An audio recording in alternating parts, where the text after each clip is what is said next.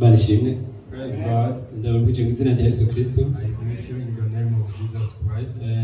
Ndashima Imana kuri uno mwanya turi kumwe namwe. I thank God for this time to be with you. Kubw'ijambo ryayo. For His word. Tudatevye dusanga ijambo ry'Imana riri muri Rusi igice ca 4. Without delaying, let's share the word which is in Luke chapter 4. Reka tugisome cose. Let's read it out. Bowazi abera Rusi umucunguzi. Nuko Bowazi aradoga aja ku irembo ry'igisagara yicarayo, maze wa mucunguzi Bowazi yavuze arahaca, aramuhamagara ati, yewe naka, ingo wicare hano. Aragenda aricara, azana abantu 10 bo mu bashingantahe b'ico gisagara, arababwira ati, nimwicare hano. Baricara. Abwira wa mucunguzi ati, Naomi umwe yagaruka avuye mu gihugu c'Imowabu, agomba kugurisha itongo ryari rya mwene wacu Elimeleki. Nagombye kubikumenyesha no kukubwira kurigurira imbere y'aba bicaye hano n'imbere y'abashingantahe b'iwacu. Niwagomba kuricungura uricungure, nutabigomba mbarira ndabimenye, kuko atawundi yoricungura atari wewe canke jewe ndagukurikiye. Aramwishura ati, ndaricungura. Maze Bowazi aramubarira ati, niwagura iryo tongo na Naomi, ukwiye kurigurana na Rusi umunyamowabokazi, umugore w'umuhisi, ngo uvyure umuryango w'umuhisi, uzokwame witirirwa izina ryiwe. Wa mucunguzi aramwishura ati, ubwanje sishobora kuricungura, ngo none iragi ryanje, subira mu gishingo canje co kuricungura, kuko jeho ntashoboye kuricungura. Kera ubu niwo wari umugenzo w'Abisirayeli wo gucungura no kuguza, kugira ngo byose vyemezwe. Umuntu yakora inkweto yiwe akayiha uwundi. Uko niko Abisirayeli batanga ico abona ca bene ivyo. Nuko wa mucunguzi abarira Bowazi ati, ndoryigurire. Maze akora inkweto yiwe.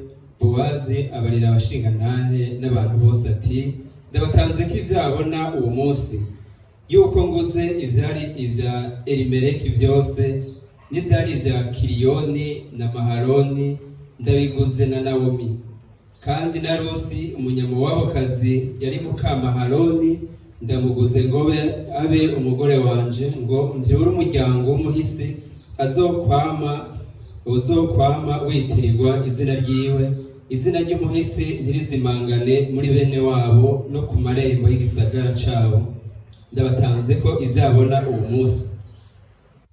Nuko abantu bose bari ku irembo n'abashingantahe baramwishura bati, turi ivyabona vy'ivyo. Uwo mugore aje mu nzu yawe, Uhoraho amuhe kuba nka Rakeli na Leya, ari bombi bashinze inzu ya Isirayeli. Nawe utunganirwe muri Efurata, ube rurangiranwa i Betelehemu, kandi inzu yawe imere nk'iya Peresi uwo Tamari yavyariye Yuda. Bizanywe n'uruvyaro Uhoraho azoguha kuri uwo mugore akiri muto. Nuko Bowazi arongora Rusi aba umugore wiwe, abana nawe. Uhoraho amuha gusama inda, avyara umuhungu. Abagore babwira Naomi bati, Uhoraho ashemezwe atakuretse uwo munsi, ngo ube utagira umucunguzi. Izina ryiwe niribe rurangiranwa mu Bisirayeli, kandi azosubize intege mu bugingo bwawe, kandi azogutunga ugeze mu zabukuru, kuko umukazana wawe agukunda ari we amuvyaye, akurutira abahungu 7 bavyaye.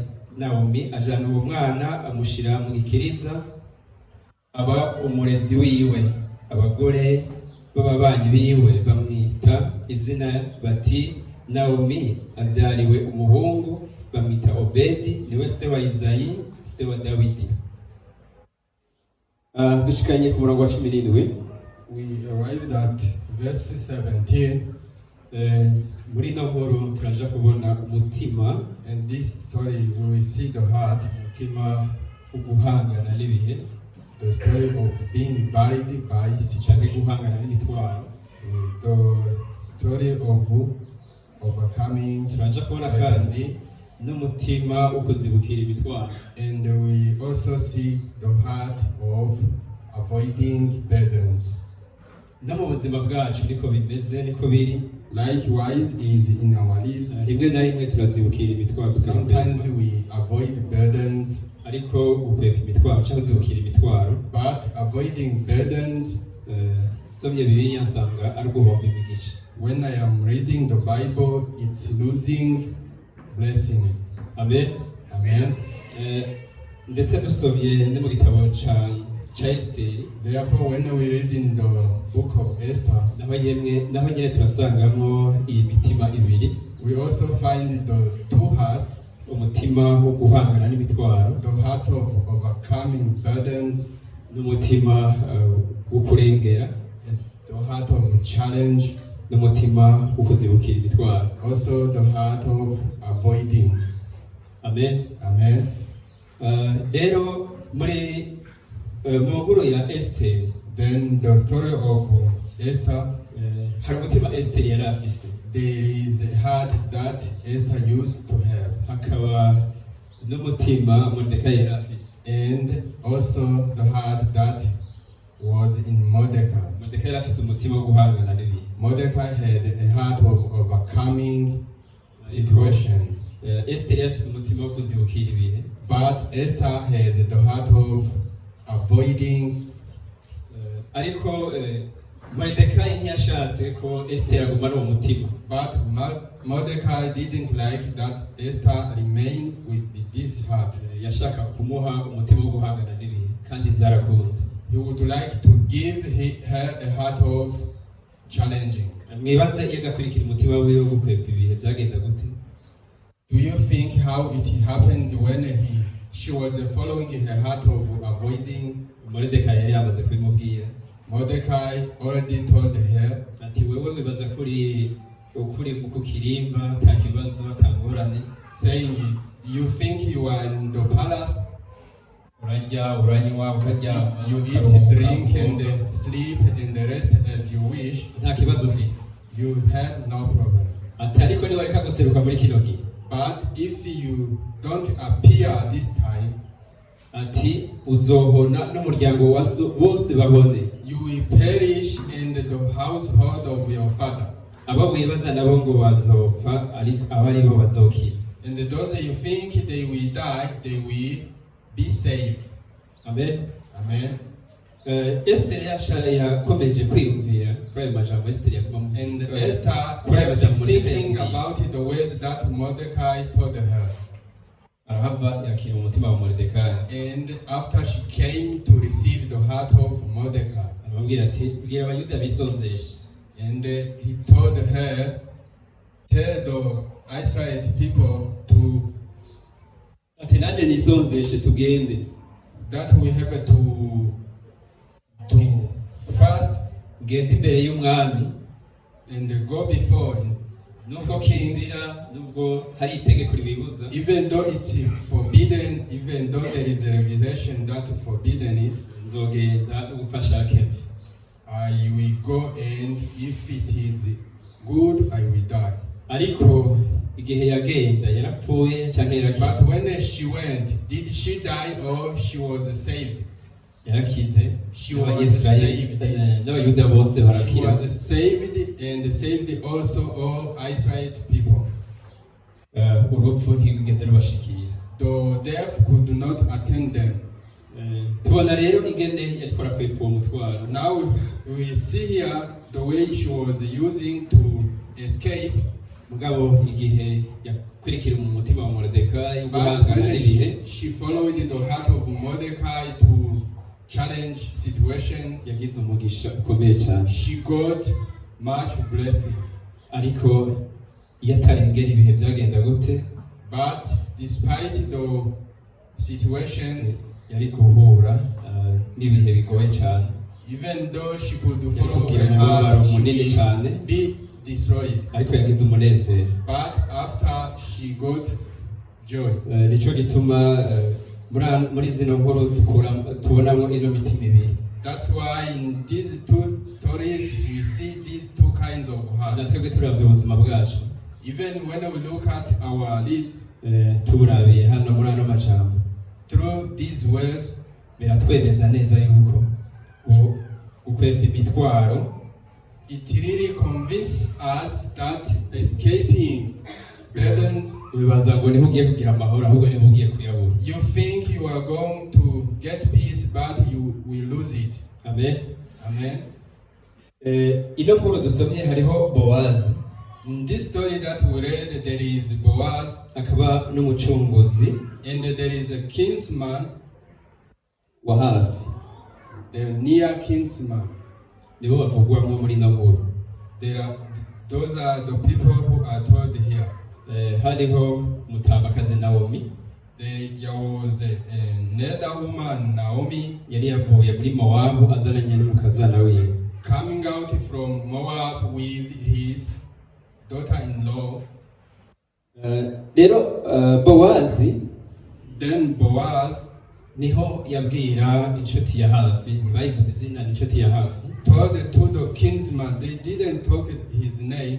Aramubwira ati, he told him, nuze hano, come here. Aragenda acambagana n'abashingantari. And he came and he also called the elders. Ati nawo muramuzi, you know Naomi, agomba kugurisha itongo byose byiwe byose. She wants to sell his parcel and her everything. Aramubwira ati rero burya rero ni wowe utegerezwa kubigura, utabiguze ni jewe ngukurikira nije nca ndabigura. He therefore told her that you must buy it. If you don't buy it, I will buy it. Inshuti ya hafi iravuga ati ndabigura. And the kinsman said, I will buy it. Ariko Bowazi aramubwira ati yamara ugurana nande, ugurana na Rusi umunyamowabukazi yazananye na Naomi. But Boaz told him that if you buy the parcel, you will buy it with Ruth coming from Moab, kugira ngo ubyure umuryango, so that you may revive the family to not perish. Dusoma umurongo wa gatandatu. Let's read verse 6. Ingene umucunguzi wa hafi yishuye. And here the way the kinsman said, wa mucunguzi aramwishura ati, ubwanje sishobora kuricungura ngo noneho niragijyanje, subira mu gishingo canje cyo kuricungura kuko jeho ntashoboye kuricungura. And the kinsman said, I cannot redeem if for myself, lest I man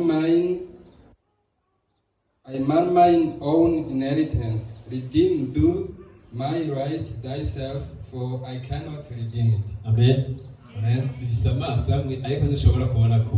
We have same eyes, but we don't see the same way.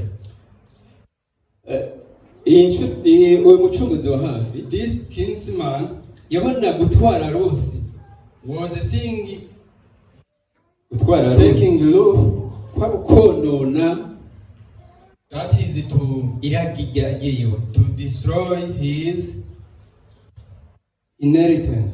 Amen. Amen. He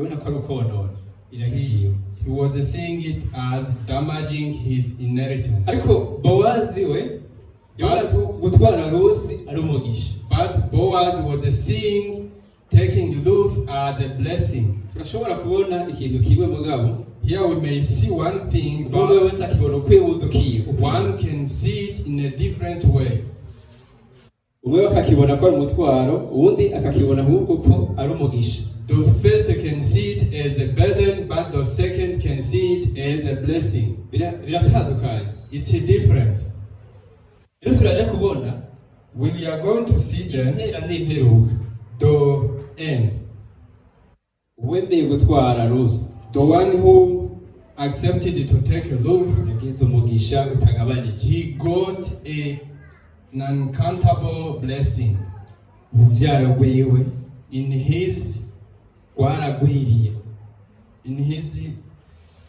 child, ni nawo muryango it multiplied, and the family, Kristo Yesu yaje and the same family is coming throughout Jesus Christ. Imana ishimwe cyane. Praise God.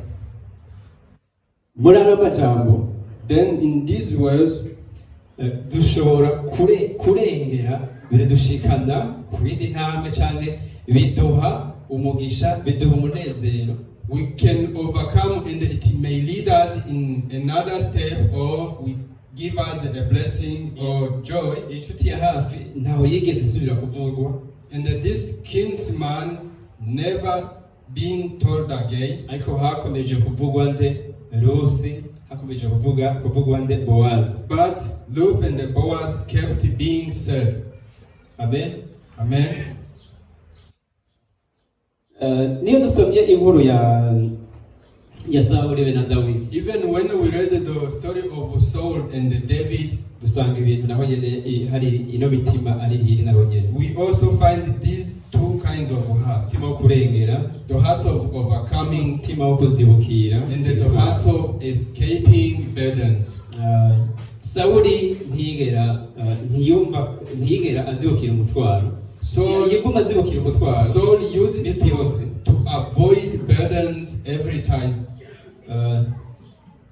Tubibona kandi ingene yashoboye aho kuja gusaba Imana yacaja gusaba abapfumu, yacaja gusaba ku bapfumu. And we also see that in the place of asking God, he used to go to ask to the witch doctors. Amen. Amen. Arazi ko Imana niyo yamwimitse, He knew that God anointed him. yamugize umwami He w'Abisirayeli, made him a king of Israel. ariko mu kuja gusaba yacaja gusaba abakamenyi. When he wants to ask, he used to go to the witch doctors. Kandi azi yuko kuba umwami w'Abisirayeli atabihawe n'abakamenyi, yabihawe n'Imana. Even though he knew that being a king came from the hand of God, not from the witch doctors. Amen. Amen. Nicyo kimwe n'uno munsi. Likewise today, Abantu bararirimba ko Yesu yabacunguye. people used to sing that Jesus saved them. Abantu barabizi, barabisoma. People knew and they used to read it. Barati yaradukijije ibyaha, They read that Jesus saved their sin. ariko kandi But bakagaruka bavuga n'abanyabyaha. they come again saying that they are sinners. Ndavuga ngo kubimenya ntacyo bibamariye. It means knowing it, it's useless. Amen. Amen. Kubimenya ntacyo bibamariye. Knowing it, it's useless. Nabonye rero muri Bibiliya Then I saw in the Bible ikintu kizogera ico kikumariye nico wizeye. the things that will be profitable is what you believe. Naho kubimenya And knowing it ntacyo bija guhindura. can't change nothing. Amen. Amen. Ni ubumenyi buherera ngaho. It's a knowledge that is ending here. Iyo dusomye Bibiliya kandi iratwereka ko igihe Sawuli yahiga Dawidi, Even when we read the Bible, we see that when Saul used to chase David, hanyuma igihe yamufatira mu isenga, and when he caught him in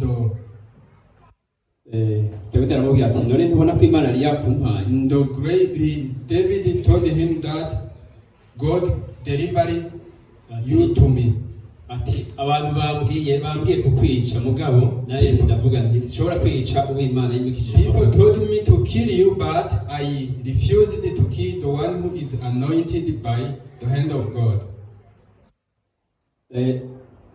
Ntuzeye Dawidi yaramweretse umutima wiwe atabantu And barakosha David showed him his heart that it's not to kill him. ngo je ngomba kubwira nawe. People used to convince you that I want to kill you, ariko jewe sishobora kukwica uwo Imana yimikishije. but me, I cannot kill the one who is anointed by the hand of God. Sawuli yenaramaramara Then Saul ati got ashamed, iryo jwi ni iryawe ga mwananje Dawidi. and he said, "Is it your voice, my son David? Hariho umuntu yofata umwasi we bakamureka akagenda uko. Can someone save his enemy?" aramubwira ati ndazi ko uzaba umwami w'Abisirayeli. And he told him, I knew that you will become the king of Israel. Ndazi ko ari wewe uzorokora Abanyisirayeli. I knew that it's you who is going to redeem Israel people. Ati rero ndagusabe ntuzohonye umuryango wanje. Then I ask you to not destroy my family. Sawuli nawe yarabizi yahama Dawidi mugabo azi yuko azogira Dawidi azorora ku mwami w'Abisirayeli. Saul used to know that David is becoming a king, but he was persecuting him. Noneho kandi nawe yaravyivugiye.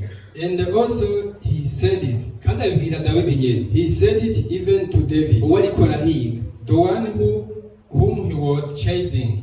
Ariko kubimenya nta nakimwe byamumara. But knowing it was useless to him. Barishimwe cyane. Amen. Bivuga ngo rero, then kuba tuzi amajambo y'Imana, knowing the ways of God, ariko tutayizera, without believing it, nta hinduka. there is no change. Tuguma baba kuturi babandi nyene. We remain the same. Amen. Amen. Kuko bikubari vya bindi. The works remain same. Kwiyumvira ko muri kwa kundi. The thinking remains same. Bivuga ngo nta hinduka riheza ngo ribe. It means there will be no change. Amen. Amen. Rero Imana yarusezeraniye kuri kumwe natwe. Therefore God promised that he is with us. Ibana natwe. He lives with us. Igendana natwe. He walks with us. Barishimwe cyane. Ni guki none tugira umutima w'ukuzirukiye. Then why we get this heart of escaping? Tuba twarabimenye mugabo tuba tubyizeye. We knew it but we don't believe it. Amen. Amen. Rero aro majambo tubona hano, then the words we see here, ariko araturangira iki? Ariko atwigisha iki? It's teaching us kwivako, to deny ourselves, gusohoka, to come out ourselves. Ukubera biba bimeze kose. However the situations are, kubijambo ry'Imana because of the word of God we overcome. Tushobora kubona umugisha w'Imana. And we can see the blessing of God. Nk'uko kwa Boaz. Likewise, it happened to Boaz. Ibona gutwara Rusi ahubwo kwa umugisha. He considered to take Ruth as a blessing. Amen. Amen. Guhindura amaso. Then we have to change our eyes kubw'ijambo ry'Imana, twisunze ijambo ry'Imana, for the sake of the word of God. Barishimwe cyane. Praise God. Dusoma umurongo wa 17. Let's read verse 17. Abagore b'ababanyi biwe bamwita izina bati Naomi abyara umuhungu bamwita Obedi, niwe se wa Izayi, se wa Dawidi. And the woman, her neighbors, gave it a name, saying, there is a son born to Naomi, and they called his name Obed, his father of Jesse, the father of David. Babise Obedi. They called him David. Umwana Boazi avyaye kuri Rusi. The son that Boaz got from Ruth. Tubona rero Obedi nawe acavyara Izayi. And we see that Obed begot Yes. Izayi nawe acavyara Dawidi. And Yes begot David. Barishimwe cyane. Praise God. Rero yagiye Rusi yagiye mu gisekuruza ca Dawidi, mu gisekuruza ca Yesu Kristo. Then Ruth got in the genealogy of Jesus Christ. Amen. Amen. Rero n'umugisha. It's a blessing. Kubera iki? Why? Kubera guhangana. Because of challenging imitwaro. Challenge. N'umutima twama dusanga mu ijambo ry'Imana imisi yose. It's a heart that we used to find in the word of God every time. N'umutima uduha gukora ibiturengeye. It's a heart that gives us to do beyond our limits. Amen. Kubera twe tuba tugiye gukora ahubwo n'Imana ibigiye. Because it's not for ourselves, but it's God who is going to work. Amen. Amen. uze muri Timoteyo wa kabiri. Let's read in Timothy 2. 2 Timothy. Timoteyo wa kabiri igice ca mbere. Epistle of Timothy, of 2 Timothy.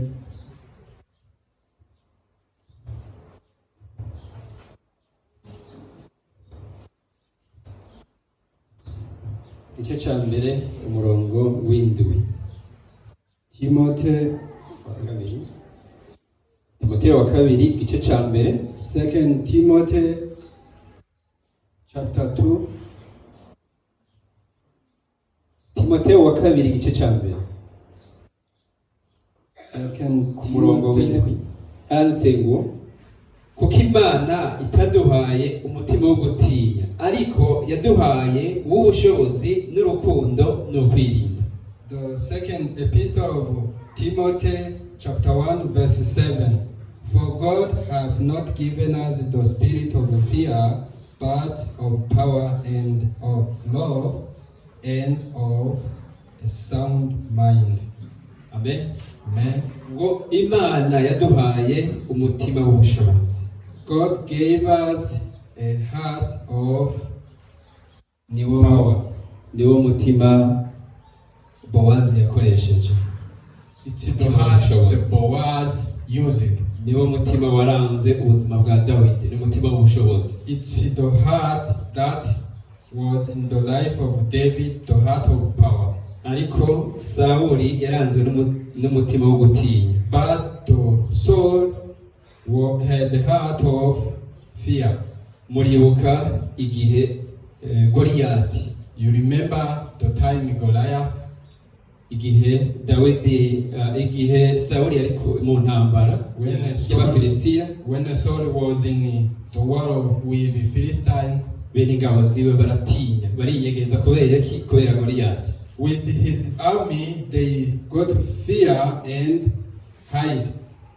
Ariko Dawidi byagenze gute? But David wewe yakoresheje n'umutima w'ubushobozi. Used the heart of power. Amen. Amen. Umutima w'ubushobozi. The heart of power.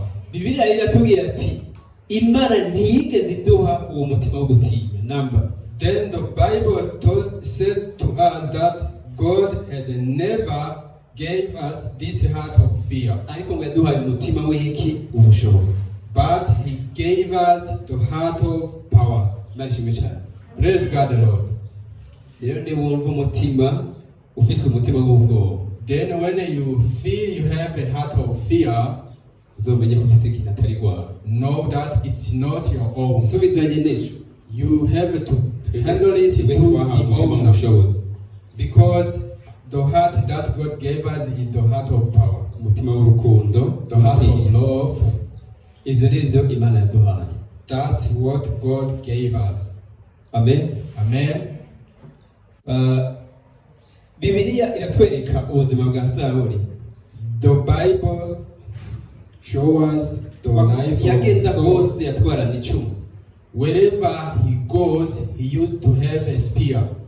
No kuja kuryama yatwarana icumu. Even sleeping, he had a spear. Kandi afise ingabo zimukingiye. Despite having the army around him, kubera iki yarangwa n'uwo mutima ugutinya. But he had a spear because he had this heart of fear.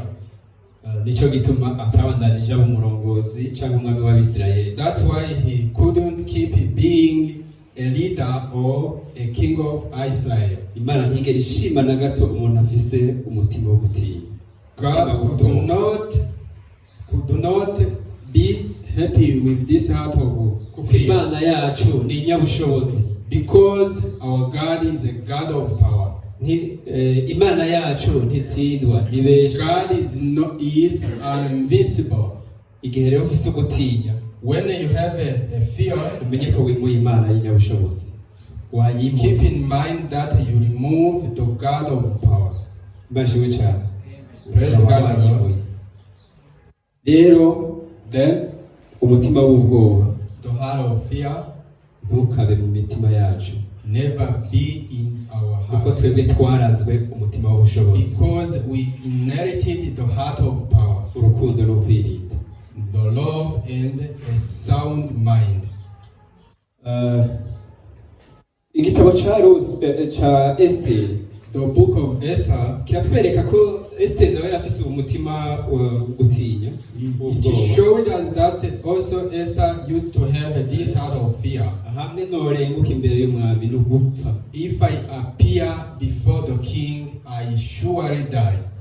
Ariko Boaz yakomeje kugwana mukuramwo uwo mutima, But Boaz kept fighting to remove this heart mpaka amuhaye umutima w'ubushobozi. until he gave her the heart of power.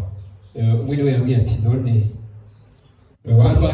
One told me, ko twakiye agakiza kihe bidashira, as you know, we received the eternal salvation tukaba turi abagororotsi, and being righteous. tuja gusenga dusenga iki? Why do we keep going to church? Tuzoja mu ijuru, We are going to go to heaven. tunigwa turibaza tuja gusenga turondera iki? Why are we burdening us to go to church? Imana ishimwe cyane. Praise God, Lord. Tuza gusenga kugira ngo ishengero rigume rigirane rishimangira aho gakiza twaronse. We come to church so that the church may keep establishing this salvation that we got. Kuko ntibiba birangiriye ngaho turonse agakiza, Because it's not the end when we receive salvation, tuba turonse umushinge. but we got the foundation. Amen. Amen. Turakeneye kandi kwiga ubuzima bwo kwizera. Then we need again the life of spirit. Ubuzima bwo kwizera rero no And the spiritual life is this: bwo kurengera, it's to overcome. si ubwo kuzibukira imitwaro. It's not to escape burdens. Amen. Amen. Moridekayi rero Then Mordecai yari ahari was there kugira ngo amwereke umutima w'ubushobozi so Imana yatanze. that he may reveal her this heart of power that God gave. Moridekayi niwe yaramureze kuva mu buto bwiwe. Mordecai is the one who brought her. Rero n'igihe yaba umwamikazi ntiyaciye agira ati ubu rero icyo kumurera kiraheze, ubu arakuze, ubu arashobora kwigenga. And even after being a queen, he didn't forsake the heart of bringing her, Ariko yagumye amukurikirana. but he kept following her. Rero iyi niyo nshingano y'ishengero. And this is the duty of the church. Nubwo ryatwishije agakiza, Even though it taught us the ariko salvation, riradukurikirana it keeps following us. kuko dushobora kugira ubundi mutima, So that because we can have a different heart. ahubwo ishengero riguma ridusunika, That's why the church keeps pushing us in ridusunikira kurengera spiritual imitwaro, life, overcoming burdens, ridusunikira kwatura ivyizigiro. to testify our hope. Amen. Amen. Nico kimwe rero nino nkuru dusomye, Likewise, this story that we read, yino mucunguzi wa hafi be na Boaz, and the story of this kinsman and Boaz, ishishaka kutwereka ubuzima turimo, it keeps showing us the life in which we are, umwe wese aca yibona. and everyone can discover himself. Ijambo ry'Imana ryama ridomako ryerekana imitima yacu dufise. The word of God used to keep emphasizing our real heart, Imana ishimwe cyane kugira Praise ngo God. twihane. so that we can repent. Mbega asanzwe nanjye mfise uwo mutima w'ubwoba wo gutinya. Then do I have this heart of fear? Hanyuma usanzwe ufise uca wihana. And when you find you have it, you repent. Ishengero ryarateguriye umwiherero wa Bibiliya. The church prepared a Bible retreat for us, Hanyuma iturongorera kwitanga and it lead us to offer ourselves, mahera 200,000 canke arenga. to offer ourselves through 20,000 or above. Ariko But ubu bamwe baravuga bati ni menshi. some keep arguing that it's much. Abagize umutima w'ubwoba. Those who have this heart of fear, 200,000. 20,000. nobikura hehe Where can I find them? bashimwe cyane Praise God the Lord. by'ukuri ariko ishenge guma ridusunikira kuyatanga Surely the church, you keeps pushing us to give it. cyangwa abandi bakaraba isitoke wapi nta Others looking around their stocks. nyine yatanga ejo bizogenda gute If I give it, what will happen tomorrow? ugaca usanga rero tugize uno mutima w'ubwoba Then we find ourselves in this heart of fear. ariko nitwatanga mu kwizera But if we give by faith, bijya bintu tubona bikeshi the things that we see are lacking, imana ntizoreka kubyuzuza God will not hold to fulfill. hejuru numvise umufasha w'umwungere yabwiye abamama There is a word that I heard the someone told to mothers. numvise barishinga ko intare I heard them testifying. babwira ati yesu igihe agaburira abantu 5,000 She told them when Jesus feeded 5,000 people, hari iki what was there? bari bafise iki What did they have? ati udufi tubiri n'imikate itanu They had only 2 fishes and 5 bread. na pastor yarabivuze nawe nyene Even pastor told it. ati none hasigaye ibiseke bingana iki But after feeding them, what was the remainder? ibiseke 12 It was 12 baskets. barishimwe cyane Praise God the Lord. rero ishengero riko ryaturongorera Therefore, the church is leading us mu gukora through working. dukwiye gukora rero mu kwizera tudafise n'umutima w'ubwoba Then we have to work by faith without this heart of fear. tudafise ubwoba bw'ejo na hirya y'ejo Without the fear of tomorrow and after tomorrow. imana irahari God is always alive kugira ngo ikorere uwo muntu wese ariko arakoresha umutima wayo w'ubushobozi so that he may work for the one who is using his heart of power. yabitse imigisha y'abantu bose bazokoresha umutima w'ubushobozi yabahaye He kept all the blessings of the people who are going to use the heart of power that he gave them. imana ishimwe cyane Praise God the Lord. rero uno munsi ni ijambo nari nahawe Then today it's the way that I was given. impemu twasezeraniwe yampaye ino jambo n'umutima It's the spirit that promised us kugira ngo ndawubasangize so that I may share it to you. impemu yacu Our spirit, nta kindi funguro atari ijambo ry'imana there is no other food despite of the word of God. abaroma igice 8 naho Romans chapter 8 umurongo wa 15 verse 15.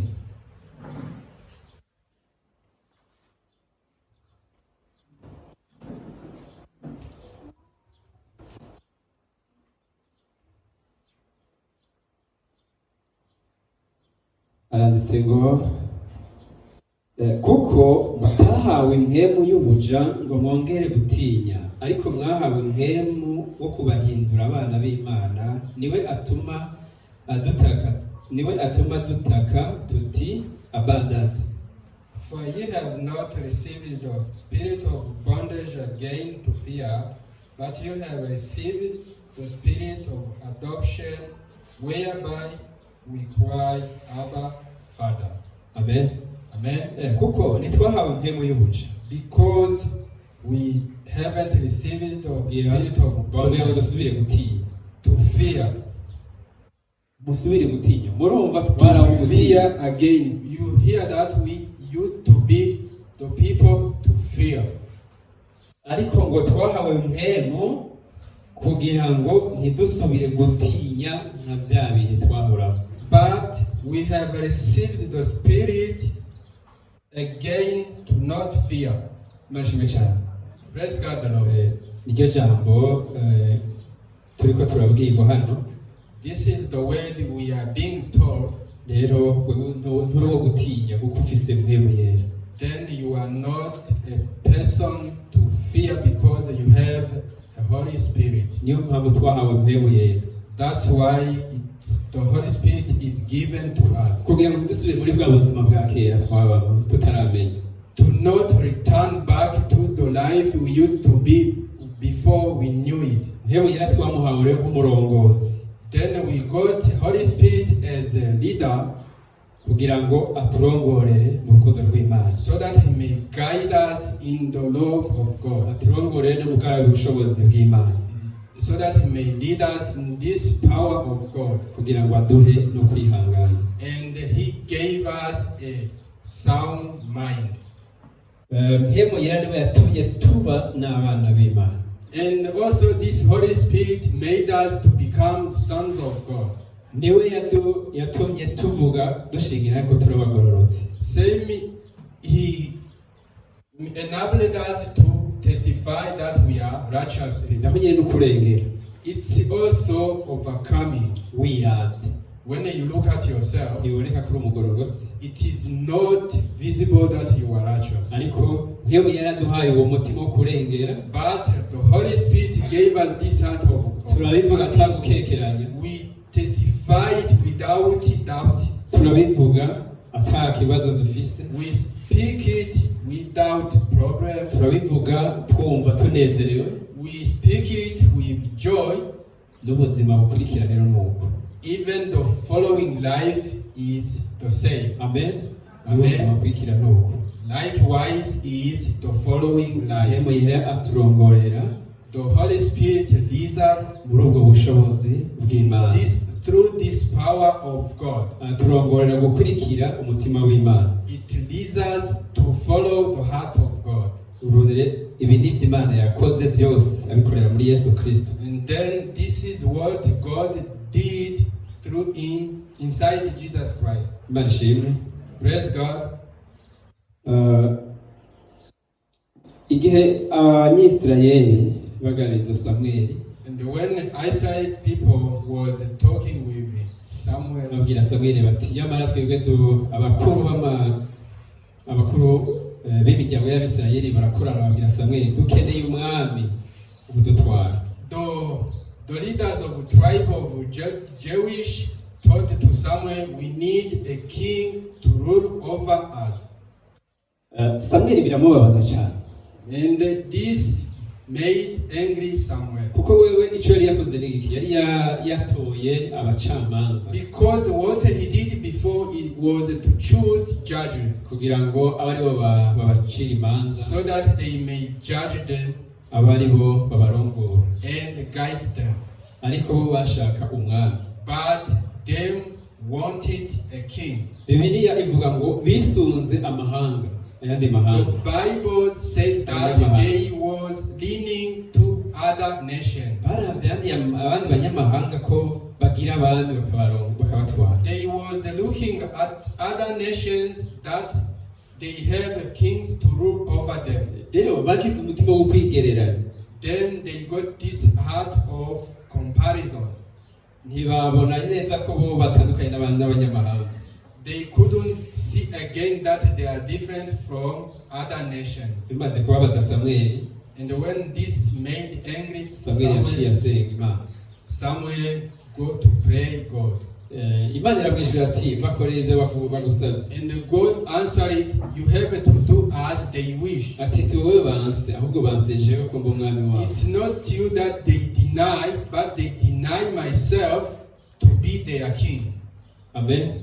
Amen. rero uwo mutima wo kwigereranya Then this heart of comparison watumye baba kure y'Imana. made them to go far away from God. Amen. Amen.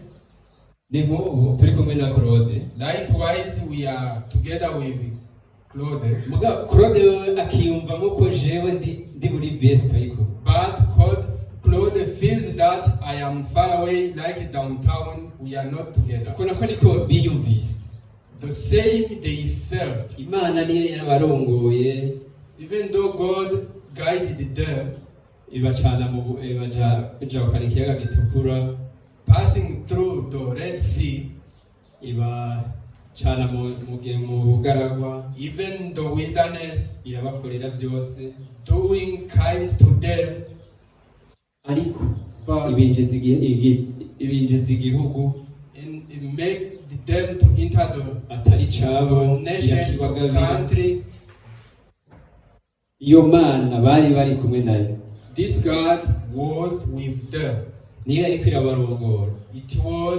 He was guiding them. Mugabo baragira ati dukeneye umwami. But after they said we need a king. Imana rero ibwira Samuel ati erega si wowe banse ahubwo ni jewe banse ko mba umwami wawe. Then God told to Samuel, they didn't deny you, but I myself they denied. Amen. Amen. Rero igihe tuzogira ubwoba, Then when we go to fear, tumenye ko twashize Imana kure. we have to know that we throw away Ariko yo yavuze ngo iki, nzabana nawe nzogendana nawe aho uzoja hose. but he said to us that he will be always with us wherever we go. Imana y'inyabushobozi, To God of power, yadusezeraniye kubana natwe hose. promised to us to be with us everywhere. Hari ijambo nkunda cyane ngo muzoca mu mazi There is a word that is not too much. You will pass it underwater, but it will not over you. kubera iki utazobarengera. Why it will not go Kubera over turi you? kumwe n'Uhoraho. Because we are together with the eternal. Muzoca mu muriro ntimuzosha. You will pass through fire, but will not be burnt. Ijambo ntirivuga ngo ntimuzoca mu muriro oya. The word doesn't say that we will not pass through the fire. Ijambo ntirivuga ngo ntimuzoca mu mazi. The word doesn't say that we will not pass through water. Tuzoyacamo mugabo kirazira ko azoturengera. We will pass through, but it will not over us. Kubera turi kumwe n'inyabushobozi. Because we are with the powerful. Amen. Amen. Turi kumwe n'Imana. We are with God. Nicyo gituma tubona muri Bibiliya That's why we see in the Bible hari abantu benshi there are many people kubwo kwizera ko Imana iri kumwe nabo. by believing that God is with them. Aya majambo yagiye aya masezerano yagiye arashika. These promises God accomplished. Muribuka ba Shadraki na Meshaki You remember Shadrach and babaterera Meshach mu muriro w'itanuru. when they throw them in the furnace. Bibiri ivuga ngo iki? What does say the Bible? Nta n'umwe yigeze asha. No one got burnt. Bose bavuye bakomeye. All came out safe. Ngo barabimotereza kugira bumve ko n'umwotsi wobanuka ko haba namba. And they go to breath up of them to see if there is. Icyo kigaragaza iki? Isezerano ry'Imana. This reveals us the promises of God that are true. Mu buzima bwacu rero tugerageza ijambo ry'Imana. Let's try in our lives and Muzobona work. umugisha, muzobona umuhezagiro. You will receive blessing, you will receive all kinds of Umwiherero wacu wa Bibiliya tugerageza Imana. Then in our Bible retreat, let's try our God. Tuzobona umugisha. And we see blessing. Amen. Umwe wese ahubwo tuzogira intare. Each and every one we will have testimony. Mu ndwi yahera naragiye kwa Samonime. Last week I went to Samonim compound. Turiko arambwira ivy'umwiherero wa Bibiliya. And she was telling me about the Bible retreat. Acatangura gushingira intare. And she started testifying igihe bari muri Korea. when they were in Korea. Barashimwe cyane. Igihe bari muri Korea. Praise God the Lord. When they ishengero ry'abarongorera mu bikorwa byo gukora mu ishengero no gutanga uburyo. When they were in Korea, the church used to guide them to give their money to work. Abadafise amahera, abadafise umwanya wo kuza mu ikambi. They were those who don't have time and those who don't have money. Abamwe bose baba bafise ibibazo. Each and everyone has problems. Ufise amahera, the one who has the money agacamura umwanya wo kuja mu ikambi. can miss time to attend the retreat. ufise umwanya nawe akabura amahera yo guterera. The one who has a time can miss the money to offer. Amen. Amen. Rero nawe yari afise ngo akazi. Likewise, she has a job. Yes, She had a job. Abwira umukoresha ati yamare dufise ikambi muzondekure tugende mu ikambi ya Bibiliya. And she said to her employer that they were having a camp so that he may give her a permission to attend. Umukoresha aramwabira. But the employer refused it. Amen. Amen. Nange umuca mukora iki mwebwe? So when you are rejected, what Ko are yindi nzira? you just say, because they rejected my request, there is no other solution. Ariko byagenze gute ngo yabandanije gusenga aca yiha Imana ahubwo. But her kept praying, Asubira kuja gusaba umukoresha ati yamara ndakeneye uruhusha. and then she went again to ask the permission, Atoya. but she also rejected. Asubira gusenga akomeza gusenga Imana. She kept praying again, Ati mperuka umukoresha hepfo yamwemerera. and at the end, the employer approved it. Amen. Amen. Namavuga mu Kirundi hariho umugani baca ngo ikibabaje umutima kizindura amaguru. I used to say in Kirundi, there is a saying say, what hurts a heart make a nearly foot. Kutaja mu ikambi yumva ari umutwaro ukomeye cyane. Not going to the retreat, I feel it's a burden. Ariko But dufise turose ivyitwazo. when we had Umutwaro ntabwo dushobora kugira. when we have this excuses, Kubera there is no burden. But Ige dufise umutwaro iyo bica hose. when we had a burden, wherever it passes, it Mugabo igihe tutumva ari umutwaro n'ibisanzwe. but when we don't feel it as a burden, it becomes simple. Ushobora uti ndose umwanya nzogenda nta bose nta kibazo. And then you resolve yourself that when I get time, I will go. But if I not have a time, I will not attend. Ndose uburyo nzobutanga nta burose si jewe nta If kibazo. I get means, I will offer. If I don't get, there is no problem. Si umutima w'umukristo. But this is not a heart of a Christian. Umutima w'umukristo akwiye kumva igikorwa c'ishengero utari umutwaro kuri we. But the heart of a Christian is to have a heart that the work of the church is a burden to him, Ahubwo hakaba guhangana mpaka so that it may be a challenge abaye muri uwo mwanya nk'abandi akitanga muri uwo mwanya nk'abandi. until he will attend this time like other people. Mboneho akaryo ko kubwira abanga. Then I got a chance to tell to those who lives here. Hariho ukuntu nk'ibintu vy'ikambi bibaye mu bihe biheze. There is a way that when it's a Bible text like Je ndigaha pass the time. umupango mw'ishengero ivyo gutanga amahera n'ivy'abandi. As I live here in this church, to give money is for other church members. Umutima twari dufise ngaha ababagana. That's the heart we used to have here in this church concerning money. Pastor Mahara atubwira ati namwebwe ubwanyu mutegerezwa gutanga amahera. But Pastor Mo used to tell us, even you also you have to offer. Kandi utazotanga ntazogenda. And if the one who will not offer will not attend. Tuca twumva ko bikaze cyane.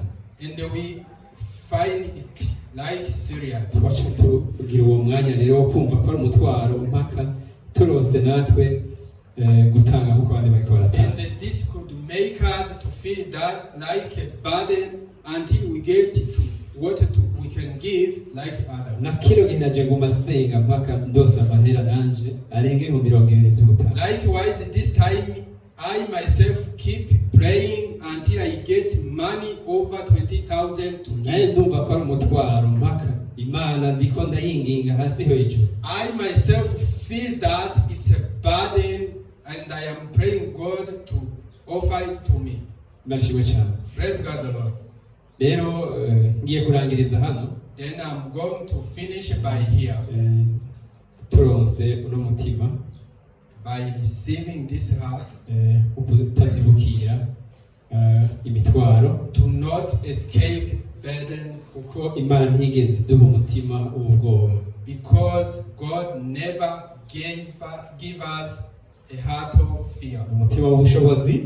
It's a heart of power. Reka tugendane n'uwo, Let's walk with it, tuzabona ibikorwa by'Imana, and we will see the works of God. nk'uko tubona Bowazi yagize umugisha. Likewise, we saw that Boaz got blessing. Murakoze, reka dusenge. Thank you. Let's pray. Uhoraho turagushimiye, turukengurukiye, Lord eternal, we thank you. ubanye natwe, utugira neza kudusangiza ijambo ryawe, You've been with us and did kind to share your word with us. uduha umutima mushasha, You gave us a new heart ukutagendana umutima w'ubwoba gusa wacu. to not fear, because it's not our own. Siwo twarazwe, siwo twagendewe. It's not our inheritance. Umwe wese yowibonamo amenye yuko atabigwiwe. Each and everyone who can discover this heart of fear in him will know that it's not his own. Uzobukoze, We thank you. dusengeye umwungere wacu ari mu rugendo agaruka, And we pray for our pastor who is in the journey coming back. uko wamujanye amahoro umugarukana yandi. As you go with him peacefully, bring him back peacefully. Turasengeye n'umwiherero wa Bibiliya, And we also pray for the Bible retreat. mwami umwe wese yumve ko ari umutwaro, Lord, may each and everyone akwiye feel as a kurwana nawo, burden, so that he may challenge it, guhangana nawo, he may overcome it, kugira uwo mwanya tuzowubemo so that we may attend this time n'intererano yacu nayo nyine tuyifise. with our contribution. Mwami tuzobona gukora kwawe, Lord, we will see your work, inyuma yaho tuzogira intare. and hereafter we get testimony. Nuko duse tugeze mu izina rya Yesu Kristo umwami wacu. We pray by believing in our Lord Jesus Christ. Amen. Amen. Murakoze.